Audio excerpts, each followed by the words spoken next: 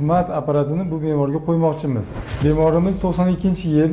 Bular bizga yuqori qon bosimi bilan, ya'ni o'ng qo'lda 210 ga 120, chap qo'lda 200 ga 110 mm qon bosimi bilan keldilar. Oyoqda ham o'lchadik, 240 ga 120. Qon bosimi diagnostikasida keng ishlatiladigan smart apparatini bu bemorga qo'ymoqchimiz.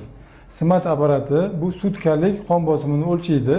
Kunduzi har yarim soatda, kechasi har 1 soatda. Buning intervalini o'zimiz xohlagandek o'zgartirishimiz mumkin. Bu apparat bizga nimani ko'rsatadi? Sutka davomida kunduzi va kechasi qon bosimi qanaqa o'zgaryapti? Kunduzi ko'p oshyaptimi? Kechasi ko'p oshyaptimi? Kunduzi va kechasini oshish farqi qanaqa? Shular hammasini ritmini, bioritmini ko'rsatib beradi.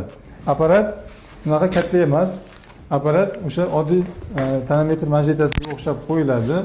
O'ng qo'lga yoki chap qo'lni yelka sohasiga qo'yib qo'yamiz. O'zi avtomatik programmada qon bosimini o'lchab boraveradi. Bo'ladi.